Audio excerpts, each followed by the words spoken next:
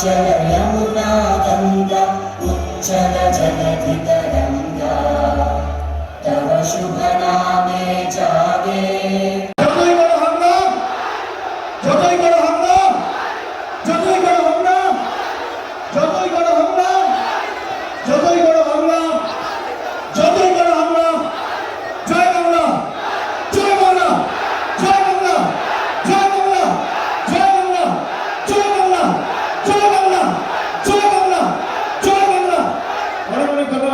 নমস্কার।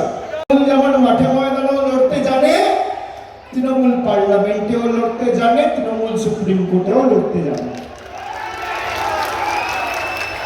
তোমার কাছে সব আছে। মোদী বাবু, অমিত শাহ বাবু, বিজেপির একাধিক কেন্দ্রীয় মন্ত্রী, বিজেপির একাধিক মুখ্যমন্ত্রী, ED, election commission, NIA, income tax, আধা সামরিক বাহিনী, সংবাদ মাধ্যম, গতি মিডিয়া, বিচার ব্যবস্থার বন্ধুরা সব তোমাদের, কিন্তু তাও পরিবর্তন যাত্রা ফাঁকা।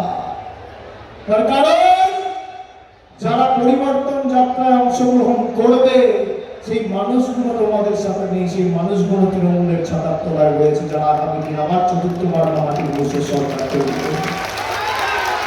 সব আছে, এদের সব আছে, তাও কিছুই নেই। আর আমাদের কিচ্ছু নেই, তাও সব আছে। তার কারণ 10 কোটি মানুষ আমাদের সাথে আছে। আমার কাছে পাঠাবে। আমার অফিস থেকে অঞ্চল নেতৃত্বের সাথে সরাসরি যোগাযোগ রয়েছে। আপনারা জানেন প্রত্যেকটা গ্রাম পঞ্চায়েত মেম্বার, প্রধান, গ্রাম সভার উপপ্রধান, অঞ্চল সভাপতি, টাউনের কাউন্সিলর সরাসরি আমার অফিসের সাথে যোগাযোগে রয়েছে। তালিকা তৈরি করুন, কোথায় জল লাগবে, রাস্তা লাগবে, লাইট লাগবে, আলো লাগবে, কল লাগবে। আমার সামর্থ্য অনুযায়ী আমি লড়াই করে আদায় করে নেব। দক্ষিণ 24 পরগনার একটা বুথেও যেন ভারতীয় জনতা পার্টির জল্লাদরা মাথা তুলতে না পারে, যারা বাঙালিকে নিপীড়িত, বঞ্চিত, শোষিত, অত্যাচারিত করেছে 5 বছর ধরে ধারাবাহিকভাবে বোতাম টিপব, টাকা বন্ধ, রিমোট কন্ট্রোলের মতো বাঙালিকে চালিয়েছ। আগামী দিন জবাবটা বোতামের মাধ্যমে দিতে হবে। দিল্লি থেকে যারা রিমোট কন্ট্রোলের বোতাম টিপেছে তাদের জবাবটা ইভিএম এর বোতাম টিপে লাইনে দাঁড়িয়ে আপনাদের দিতে হবে। যদি ভোট বাক্স খুলবে সেদিন যেন পদ্ম ফুলের নেতারা চোখে সর্ষে ফুল দেখে। রথযাত্রা সূচনা করতে, এ তো রথযাত্রার আগেই বিসর্জন যাত্রা হয়ে গেছে। এমন রথযাত্রার অবস্থা যে ড্রাইভারের উপরে চাপতে হাত নাড়ার লোক ছাড়া লোক নেই, কোথাও কোনো লোক নেই। বাংলায় এসআইআর করতে গিয়ে বিজেপিতে এসআইআর হয়ে গেছে। বাংলার মানুষের অধিকার কাটতে গিয়ে নিজেদের গর্ত, নিজেদের কবর নিজেরাই খুলেছে। আপনি দেখুন কি অবস্থা। খালি দক্ষিণ 24 পরগনায় নয়, নদিয়া, কুচবিহার, জলপাইগুড়ি, গড়বেতা, পূর্ব বর্ধমান, পশ্চিম বর্ধমান, যেখানে যাচ্ছেন, হাওড়া, হুগলি, সর্বত্র ফাঁকা। আমি তো 50-এর নিচে নামাবো বলেছি। খালি দক্ষিণ 24 পরগনার তারিখটা আপনার, যাতে বাকি বাংলার অন্যান্য প্রান্তে আপনাদের লড়াই আমি সৈনিকের মতো লড়ে এদের 50-এর নিচে নামাতে পারি। কিন্তু 31-0 দক্ষিণ 24 পরগনাকে তৃণমূলের পক্ষে করার দায়িত্ব আপনাদের সবাইকে নিতে হবে। अमित शाह ऐसे बोले थे, दीदी अगले बार जीत के आए तो भाईपों का शासन होगा, अभिषेक बनर्जी प्रदेश चलाएगा। তাই নাকি? আমি জানি না অমিত বাবু, সম্মানীয় স্বরাষ্ট্রমন্ত্রী, আপনি বাংলার রাজনীতি কতটা ফলো করেন, কতটুকু নজর রাখেন।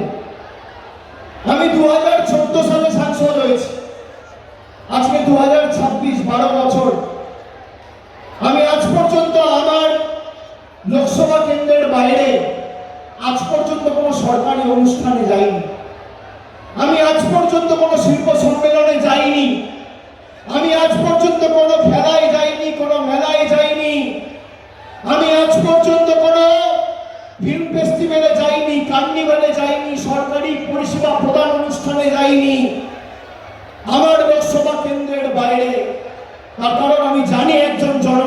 হতে গেলে তাকে অনেক বাধ্যবাধকতা মেনে চলতে হয়। যে তথ্যগুলো দিলাম এই তথ্য আমার বানানো নয়, এনসিআরবির তথ্য।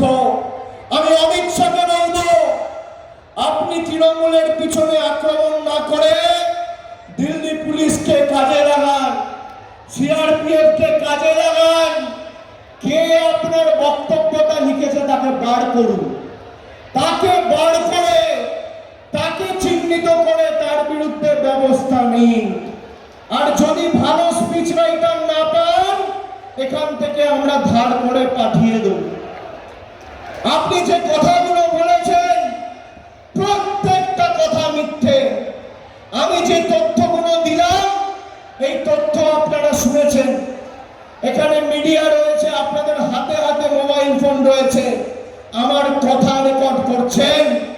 অমিত শাহকে বলবো, আপনি চ্যালেঞ্জ নিন যে আপনার বিজেপির ডবল ইঞ্জিন সরকারে মানুষের জন্য একটা রাজ্যে আপনি উদাহরণস্বরূপ যদি আমাকে দেখাতে পারেন মমতা বন্দ্যোপাধ্যায়ের সিকিভাগ কাজ করেছে, আমি রাজনীতির আঙিনায় পা রাখবো না।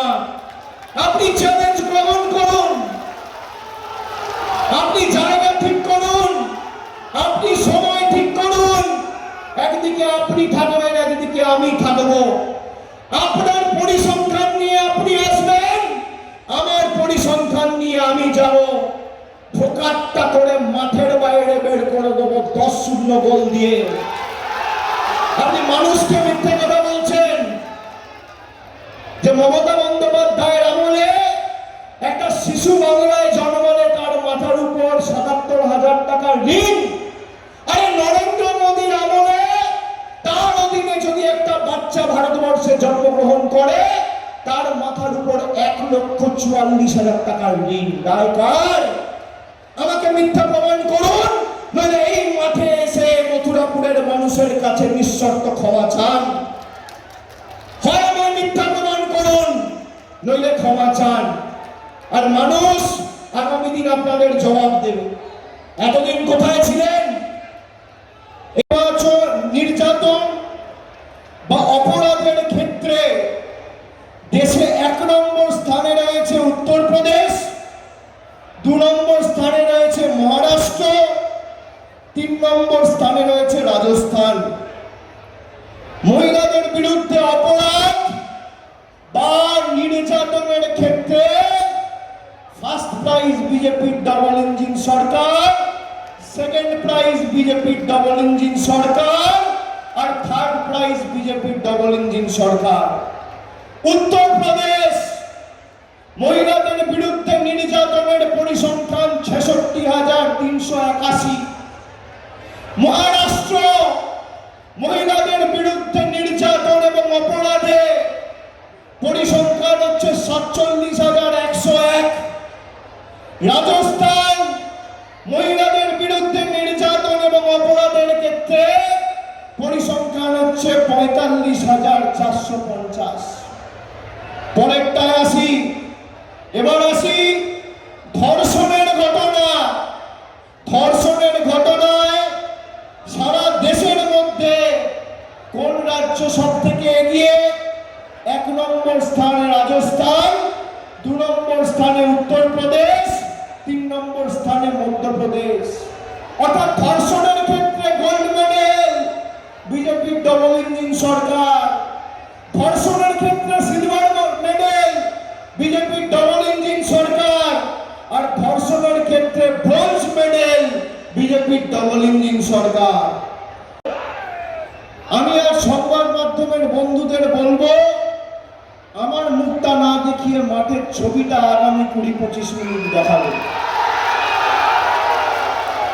4 দিনের ব্যবধানে তৃণমূল কংগ্রেস সভা করেছে। ট্রেলারটা মে মাসে বুঝবেন যেদিন ফল বেরোবে। তিনি সভা করতে এসে একাধিক তথ্য পরিসংখ্যান রেখেছেন আপনাদের সামনে। আমি আজকে পাল্টা কিছু তথ্য পরিসংখ্যান নিয়ে এসেছি। আমি এই পরিসংখ্যান যে নিয়ে এসেছি আপনাদের কাছে, পরিসংখ্যান আমার নয়, আমাদের সরকারের নয়, মমতা ব্যানার্জি সরকারের নয়। এই পরিসংখ্যান কেন্দ্রের স্বরাষ্ট্র মন্ত্রকের পরিসংখ্যান। সভামঞ্চে উপবিষ্ট প্রত্যেককে আমাদের সভামঞ্চে একাধিক জনপ্রতিনিধি, দলীয় পদাধিকারী, পঞ্চায়েত স্তর থেকে শুরু করে সাংসদ সবাই রয়েছেন।